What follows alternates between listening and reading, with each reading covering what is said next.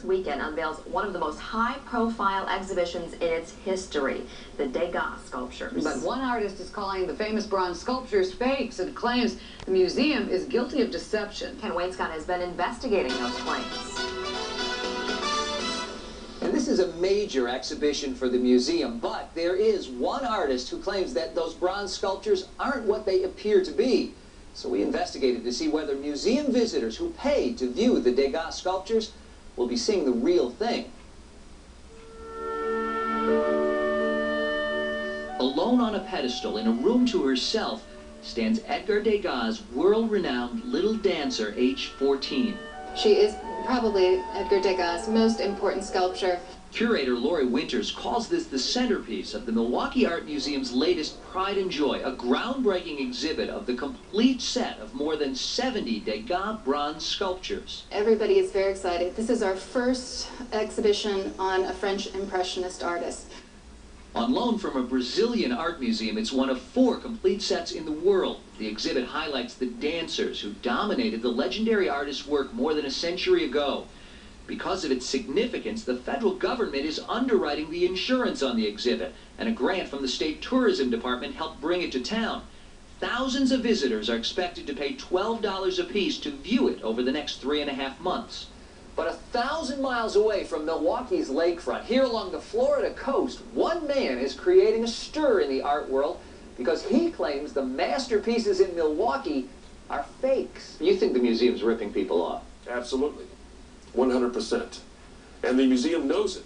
Gary Arseneau is an artist and gallery owner who says the bronzes on display in Milwaukee aren't the real thing. All right, hold on a second. What's the reaction when you tell somebody? Well, a lot of times when you tell the public that, in this case, all Degas bronzes are fake, they look at you like I just said the earth is flat. For years, Arseneau has claimed that all Degas works in bronze aren't the work of Degas at all. Well, I'm not saying they're not well done. Unfortunately, they're not well done by Degas. See, Degas was dead when they were done. It's true. Degas died in 1917 and left behind the wax sculptures, which he had often used as models for his paintings. Fearing those works would deteriorate, his family and friends followed a common practice at the time and had the sculptures cast in plaster and then bronze, even adding the artist's signature. He was dead. Dead men don't create art. Dead men don't approve art. And dead men don't sign art. Dead men don't create art. Is he right? Gee, you know, there's probably a case or two to prove that wrong. The museum is aware of Arseneau's allegations that the bronzes are third-generation reproductions, counterfeits exhibited as authentic. When you counterfeit a $100 bill, the most you can get is $100. But if you counterfeit art, the sky's the limit. He's gone to great lengths to say this is fraud. Are these authentic Degas sculptures? I don't know what else they would be. They are absolutely authentic sculptures based on Degas waxes. They followed the exact same processes that would have been used whether he had been dead or alive.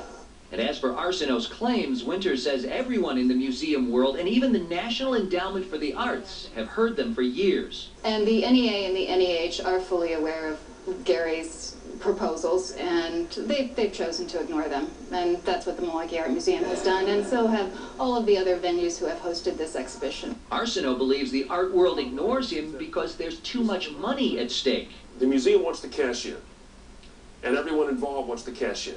So they have to be deceptive. They have to call them sculptures, because if they call them reproductions, people wouldn't probably show up.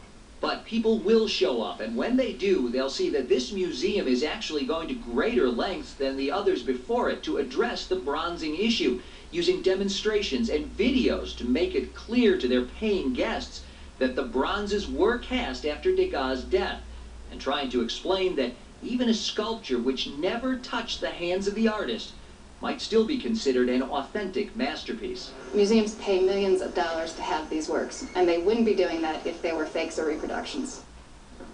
Now, the museum is quick to point out that almost everyone in the art world recognizes the Degas bronzes as authentic, important works of art and not reproductions. Arseneau, on the other hand, has been arguing for years that the bronzes made after an artist's death just shouldn't be considered authentic. Simple as that. And so what about Degas' original wax sculptures? Do they still exist? Yeah, actually a lot of them do.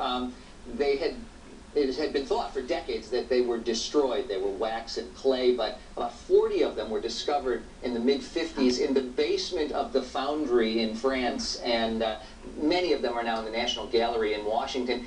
Interestingly, right next to many of the bronzes that were done after his death. Very fascinating. Thanks. All right. Sure.